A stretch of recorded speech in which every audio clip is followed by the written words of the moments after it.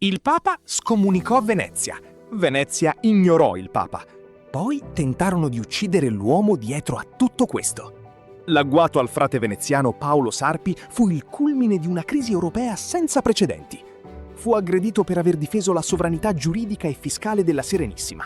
All'epoca si stimava che fino a un terzo del patrimonio immobiliare fosse sotto controllo ecclesiastico, godendo di ampie esenzioni fiscali.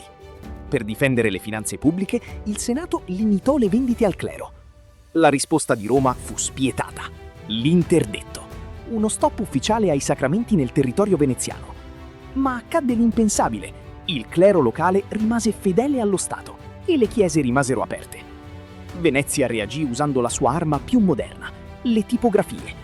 Innescò una delle prime grandi campagne di propaganda politica europea, mentre Francia e Spagna spingevano verso un compromesso diplomatico.